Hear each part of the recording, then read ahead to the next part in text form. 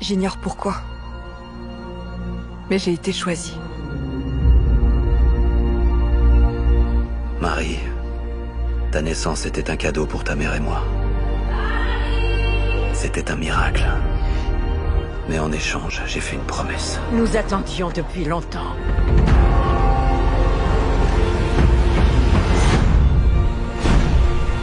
Grand Hérode, la prophétie parle de la venue du Messie. Et que ferions-nous d'un Messie, hein? Je vais être très clair. Je suis votre roi. Jeune fille.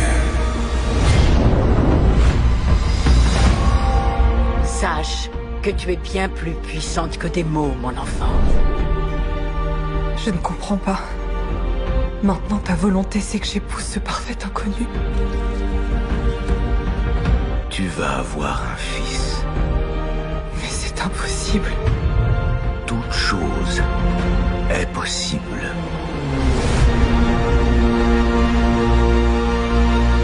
Tu as couché avec un homme. Non! Père, j'ai besoin de toi! Tu risques d'être mise à mort. Je compte mettre cet enfant au monde avec amour. Ça m'est égal ce qu'il raconte. Je t'aimerai du mieux que je le peux. Ce Messie existe-t-il? A-t-il été mis au monde? Où est-il? Répondez! Où est-il? L'amour te coûtera cher. Il te transpercera le cœur. Mais en fin de compte, l'amour sauvera le monde.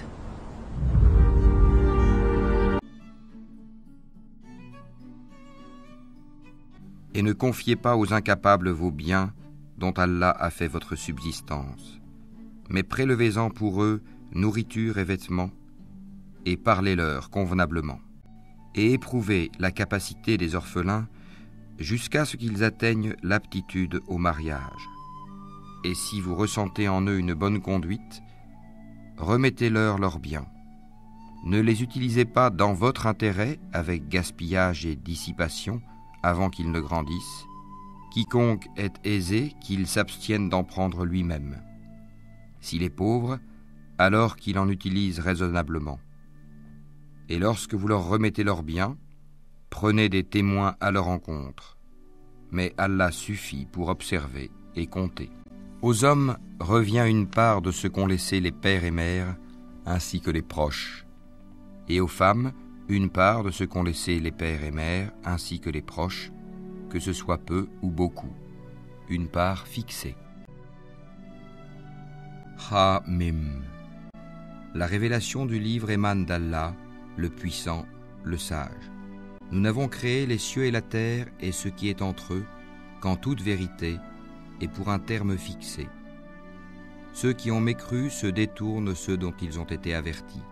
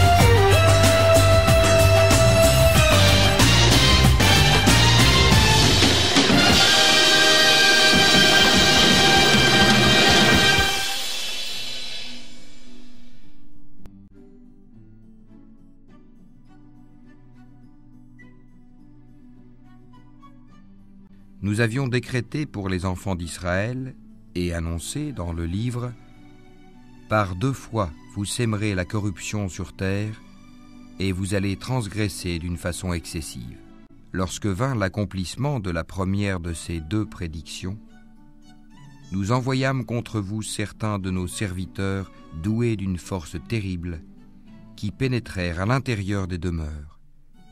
Et la prédiction fut accomplie.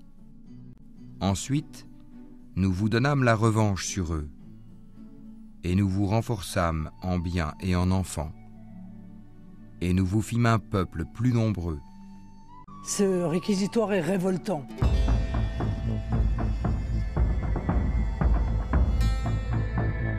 Allant jusqu'à demander la peine de mort politique.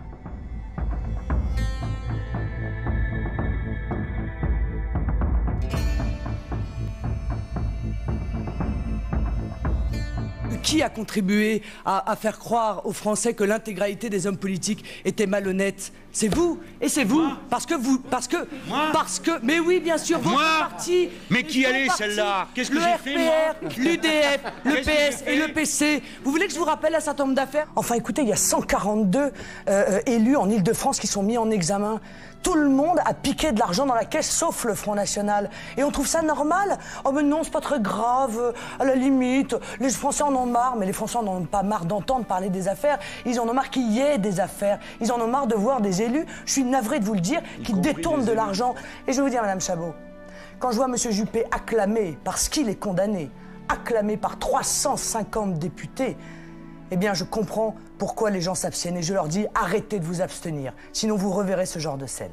Le Nord-Pas-de-Calais, hier terre de labeur et de travail, est devenu aujourd'hui terre de corruption, de scandales politico-financiers, de systèmes mafieux, d'argent sale, de pots de vin. Monsieur Hollande pourrait se libérer aussi facilement de sa responsabilité en tant que premier secrétaire sous prétexte qu'il serait quoi, candidat à la présidentielle? Non, bien entendu, les faits sont tellement graves que M. Hollande se doit d'apporter des éclaircissements. Il est absolument impossible que ne soient pas parvenues à ses oreilles les accusations qui étaient formulées contre Gérard de Longeville, y compris par des structures comme la Cour des comptes tout de même. Vous savez ce que je pense de l'UMP, hein?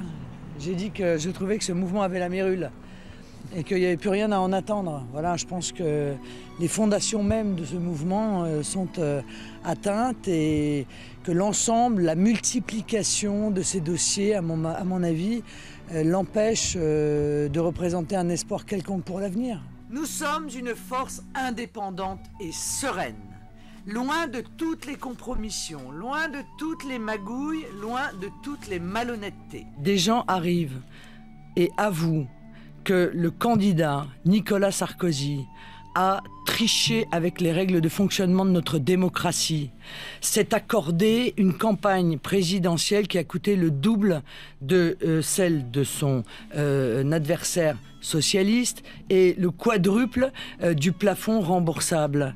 Et ce, en violation totale de toutes les règles de financement. Et on vient nous expliquer qu'il est très bien content que son nom soit associé, mais il est le centre de cette affaire.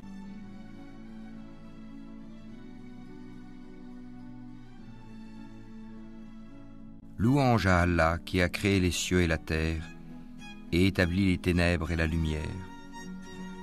Pourtant, les mécréants donnent des égaux à leur Seigneur. C'est lui qui vous a créé d'argile, puis il vous a décrété un terme, et il y a un terme fixé auprès de lui. Pourtant, vous doutez encore. Et lui, il est Allah dans les cieux et sur la terre. Il connaît ce que vous cachez en vous et ce que vous divulguez, et il sait ce que vous acquérez.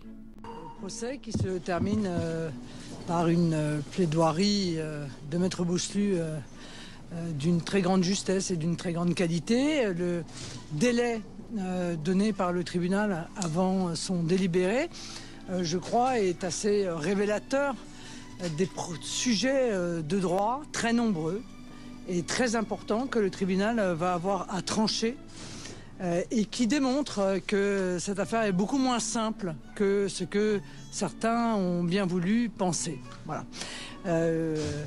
J'ai toujours l'espoir que nous soyons entendus dans les différents arguments que nous avons pu développer. Donc maintenant, rendez-vous dans 4 mois. Vous aviez dit à la barre... Quelles conséquences politiques pendant ce temps? Zéro conséquence politique.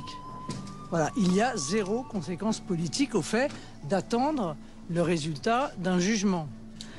Et si j'ai pu lire de ci, de là, des analyses indiquant que les choix politiques que j'ai à faire comme chef de présidente de groupe à l'Assemblée nationale seraient impactés par ce délai, je tiens à vous rassurer tout de suite, c'est totalement faux.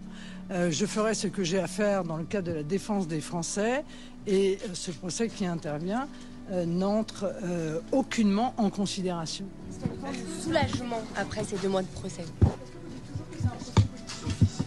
Je n'ai jamais dit ça, donc je ne pourrais pas continuer à le dire. J'ai dit que c'était un procès qui était fait par des politiques à des politiques, voire à la politique. Voilà. Et je crois que ça a été révélé de manière lumineuse par Maître Bosselut. Vous aviez demandé à ce que vous soyez quand vous êtes arrivé le premier jour, vous nous aviez dit que vous étiez sereine, que vous abordiez ce procès en toute tranquillité. Est-ce que...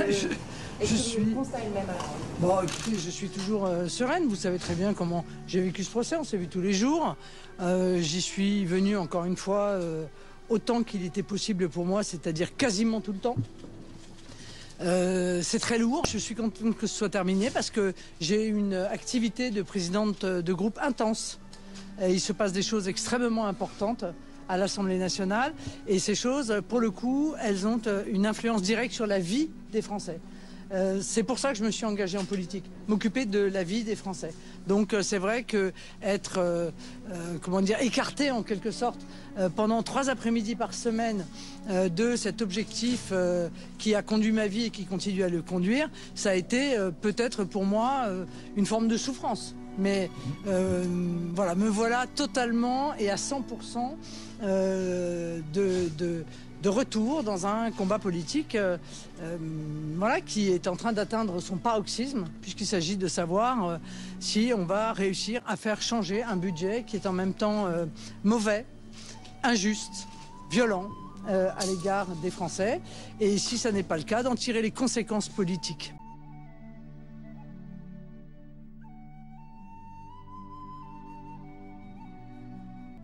Ainsi ton Seigneur te choisira et t'enseignera l'interprétation des rêves, et il parfera son bienfait sur toi et sur la famille de Jacob, tout comme il l'a parfait auparavant sur tes 2 ancêtres, Abraham et Isaac, car ton Seigneur est omniscient et sage. Il y avait certainement en Joseph et ses frères des exhortations pour ceux qui interrogent, quand ceux-ci dirent « Joseph et son frère sont plus aimés de notre Père que nous, alors que nous sommes un groupe bien fort.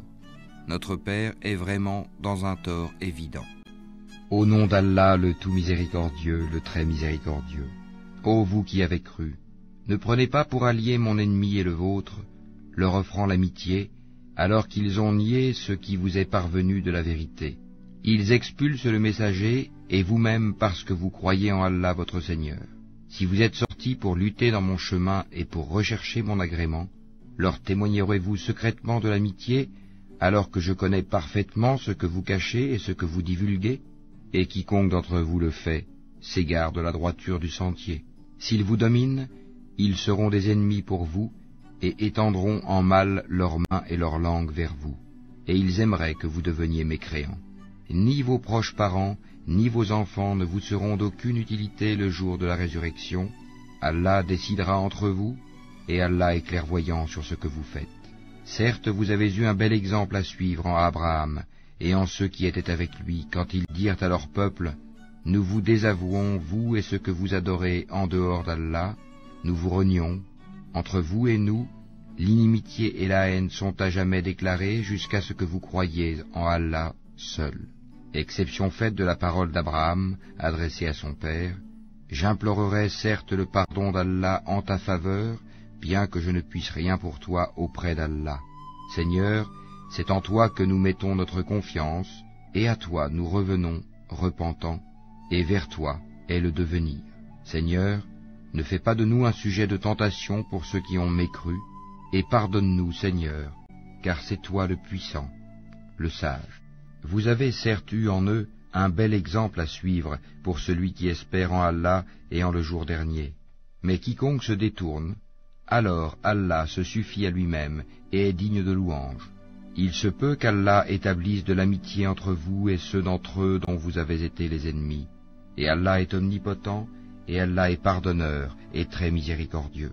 Allah ne vous défend pas d'être bienfaisant et équitable envers ceux qui ne vous ont pas combattu pour la religion et ne vous ont pas chassé de vos demeures, car Allah aime les équitables.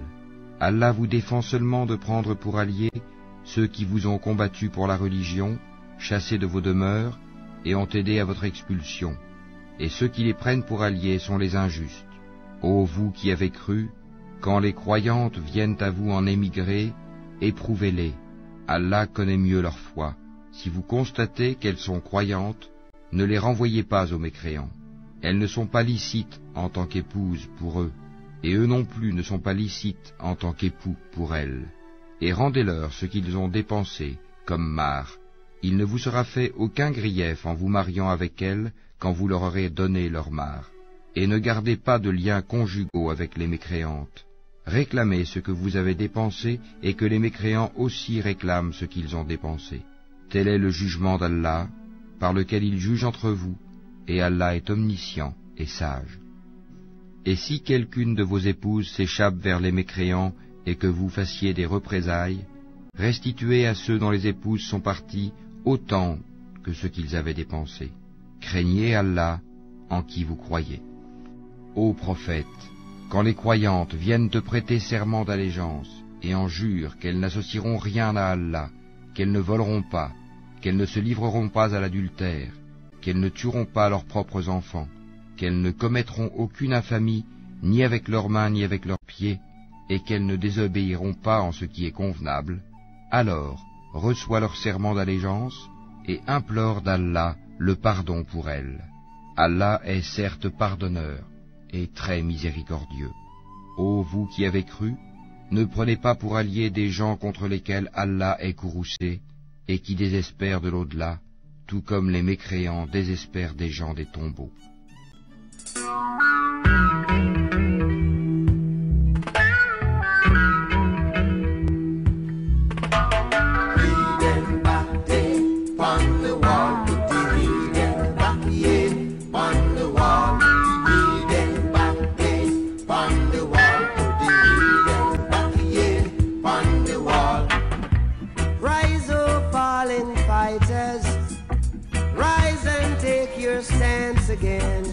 Is he who fights and run away, live to fight another day. To the heathen back day, on the wall. To the heathen back day, on the wall. To the heathen back day, on the wall. To the heathen back day, on the wall.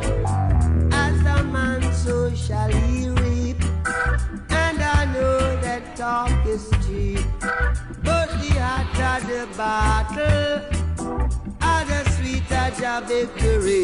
To the heathen back day, on the wall. To the heathen back day, on the wall. To the heathen back day, on the wall. To the heathen back day, on the wall. To the heathen back day, on the wall. To the heathen back day, on the wall. To the heathen back day, on the wall. To the heathen back day, on the wall.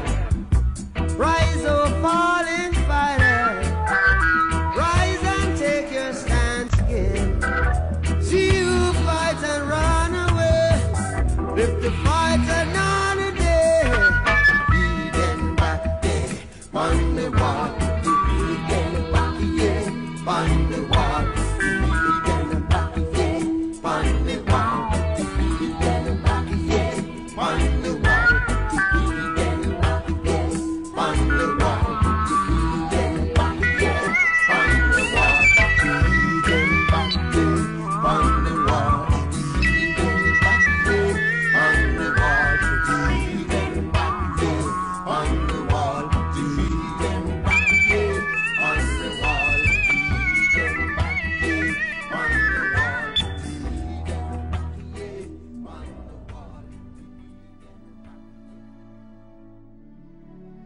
à l'exception des associateurs avec lesquels vous avez conclu un pacte, puis ils ne vous ont manqué en rien et n'ont soutenu personne à lutter contre vous, respectez pleinement le pacte conclu avec eux jusqu'au terme convenu.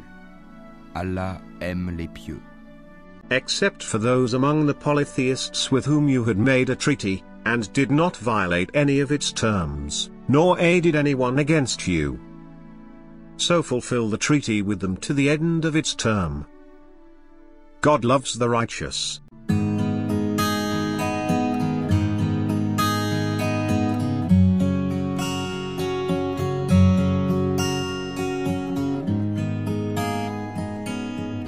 Désespoir, mon vieil ami, je te retrouve cette nuit, dans ces images qui me hantaient, me prennent comme des graines plantées dans mon sommeil, et ce rêve accroché à ma mémoire reste encore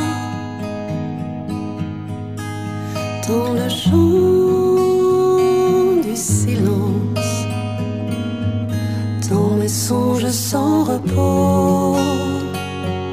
Je marche seul, mal dans ma peau, dans ces rues perdues dans le brouillard, mes pas résonnant sur le trottoir. Puis une lueur jaillit comme une intime évidence et s'impose face au chant du silence. Dans cet éclair blanc j'ai vu des milliers d'individus qui se voyaient sans se parler, qui entendaient sans s'écouter, comme tous ces refrains qui ne seront jamais chantés, condamnés par le chant du silence. Revenez à la raison, il se propage comme un poison. Si vous laissiez mes mots vous atteindre, si vous laissiez mes bras vous étreindre, mais ces mots se fondent dans une étrange exigence pour faire écho aux abîmes du silence. Tous ces gens prient à genoux pour ne pas devenir fou. Un Dieu qui promet la vérité à celui qui saura l'écouter, mais ses cris sur les murs comme des espoirs indélébiles résonnent encore dans le chant du silence.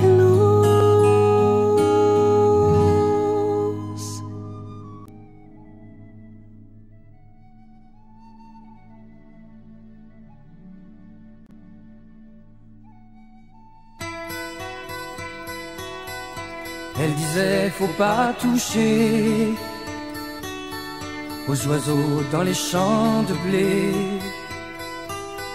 Je tuerai le chasseur qui les tuera. Je te tuerai même si c'était toi. Et la violence de ces paroles, cette chanson d'innocence, ça me fait pleurer quand j'y pense. Catherine, le monde a changé. Les chasseurs sont du bon côté. Pour les oiseaux, y a plus grand chose à faire. Ils tueront les pigeons au nucléaire. Les champs de blé de nos jeux d'enfance seront bientôt comme ce désert. Comment me taire quand j'y pense? Ils sont fiers de leurs bombardiers, de leurs soldats, de leurs idées. Il y a des goulags pour ceux qui parlent trop.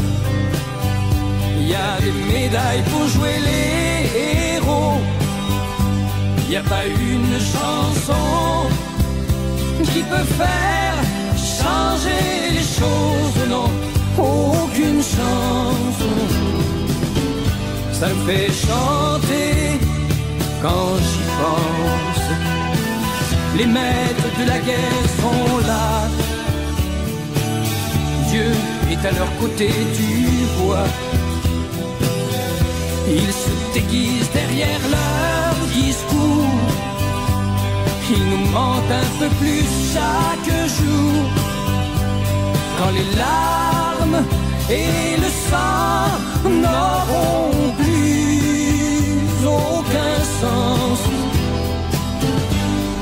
j'irai prier si j'y pense. Elle disait, faut pas toucher aux oiseaux dans les champs de blé. Je tuerai le chasseur qui les tuera. Je te tuerai même si c'était toi. Je me demande si elle croit toujours à la violence ou si elle croit encore en l'amour. Ça me fait douter quand j'y pense.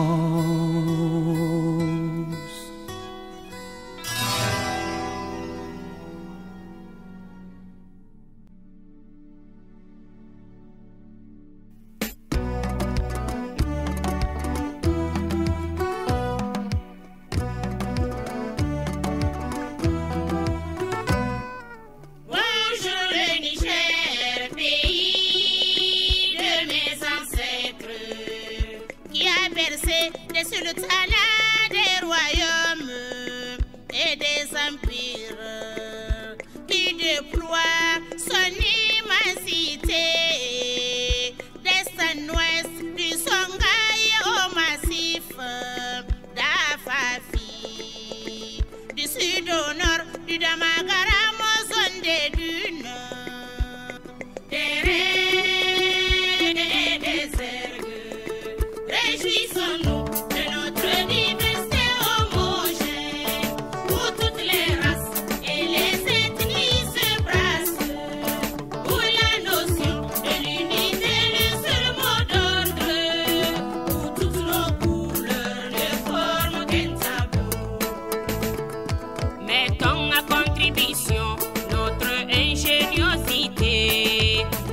Perpétuer les prédictions de nos aînés pour bâtir et conserver les richesses de nos terres.